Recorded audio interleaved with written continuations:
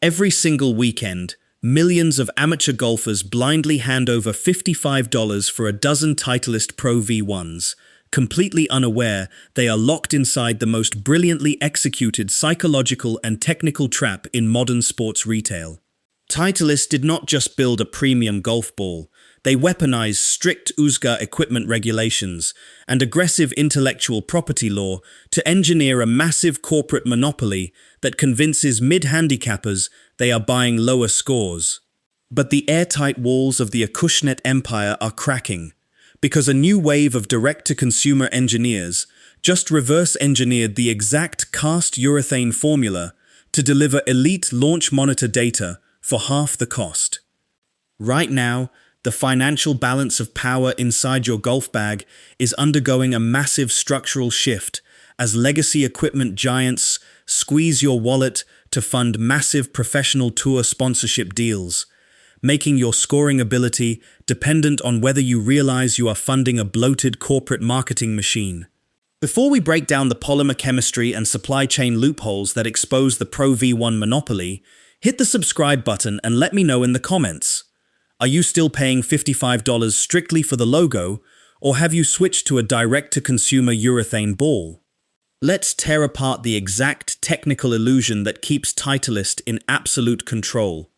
Golf is a sport bound by rigid legal definitions, and the rules written in the USGA handbook dictate the absolute maximum physical performance a golf ball can output on a course. To understand how Titleist built an inescapable $55 retail trap, you have to understand the fundamental engineering ceiling enforced by the governing body. The USGA enforces a strict overall distance standard. Under mechanical phase trajectory testing conditions, hitting a ball with a titanium driver swinging at 120 miles per hour, no golf ball is legally allowed to fly further than 317 yards. They also enforce an initial velocity limit of 250 feet per second, monitored with a tiny 2% manufacturing tolerance. Every manufacturer on the market, from cheap two-piece distance balls to the premium Pro V1X, aggressively engineers their synthetic polybutadiene core to hit that exact legal speed limit. Titleist cannot legally sell you a ball that flies further than the direct competition. The performance ceiling is locked by federal golf law. So, how does Acushnet justify charging a massive retail premium when raw distance output is capped? They shifted the engineering battlefield away from raw speed and built an impenetrable legal fortress surrounding short-game spin separation and strict factory manufacturing tolerances.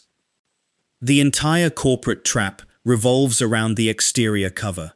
Cheap golf balls use a synthetic plastic cover called Surlyn or ionomer. It is cheap to mass produce, but physically slides up the club face on a delicate wedge shot, resulting in low backspin. Premium scoring demands urethane. Urethane is a soft chemical compound. When a forged wedge strikes a pure urethane cover, microscopic metal grooves bite into the soft polymer, generating over 10,000 RPM of stopping backspin. Titleist built their empire by mastering thermoset cast urethane production, pouring hot liquid urethane into molds surrounding the inner core. For decades, they held aggressive patents on this curing process, and the specific dimple patterns stamped onto the cover.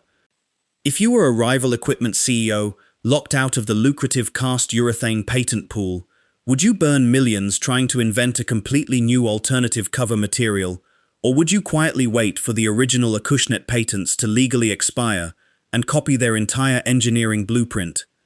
The operational reality of replicating a Pro V1 requires navigating a minefield of intellectual property.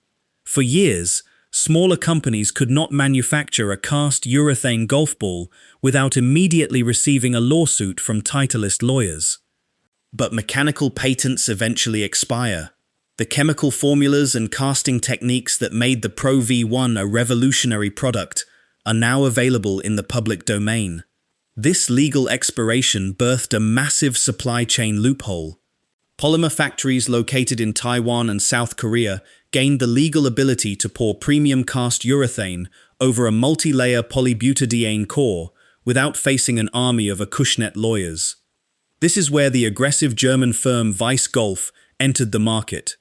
Weiss recognized the Titleist trap was reliant on funding a bloated distribution network, paying tens of millions to PGA Tour players and retail middlemen. Weiss stripped that financial model down to the bare studs, engineering a three-piece cast urethane ball, the Weiss Pro, and selling direct to consumer.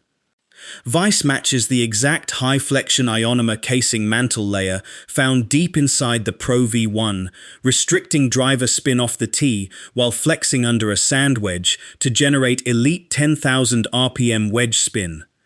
Because Weiss cuts out the middleman, they sell it for $35 a dozen, offering identical urethane friction for a fraction of the cost. Do you think the USGA should step in and regulate the actual retail pricing structures of elite golf equipment to protect the amateur consumer? Or is the free market naturally correcting a massively inflated corporate monopoly? To break Titleist's psychological hold, you need a respected insider to defect from the corporate machine. You need Dean Snell, the mechanical architect of the modern golf ball, holding over 40 US patents. Snell spent over a decade inside Titleist testing facilities, co-designing the original Pro V1. Snell left to launch Snell Golf and release the MTB Prime. Snell formulates the chemical mixture utilizing zinc diacrylate curing agents to maximize the coefficient of restitution, the trampoline effect when a driver crushes the ball.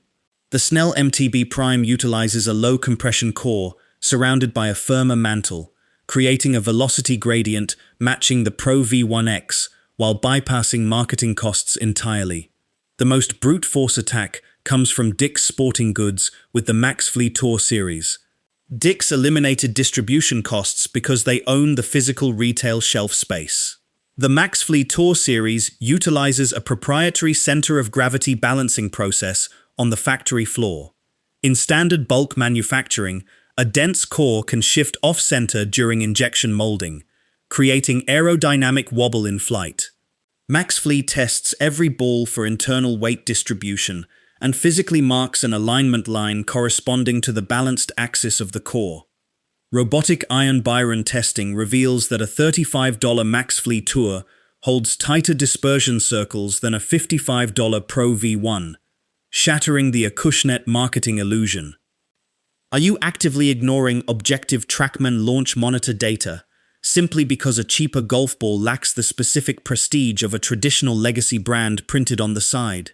The structure of the modern golf ball market is fractured. Attempting to defend a $55 price tag using legacy marketing against data-backed urethane clones is bringing a plastic butter knife to a tour speed gunfight. Every time a weekend golfer tees up a brand new Pro V1 over a water hazard, they are playing a rigged game, paying a massive premium for a mental security blanket chemically identical to a ball costing $20 less. If you lose 3 expensive golf balls every round, does buying premium tour-level equipment actually improve your final scorecard, or are you just subsidizing the multi-million-dollar contracts of professional golfers? The technological equipment shift arriving this season targets the structural foundation of the golf industry. The USGA is preparing a controversial golf ball rollback aimed at reducing driving distance of elite tour professionals. Titleist will use this transition to push retail prices even higher, claiming new compliant designs demand millions in research capital. But direct-to-consumer giants possess the manufacturing agility and aerodynamic software to survive this regulatory shift, producing fully compliant, highly spinning urethane balls at half the cost. This direct digital marketing model remains a loophole the USGA cannot legally stop.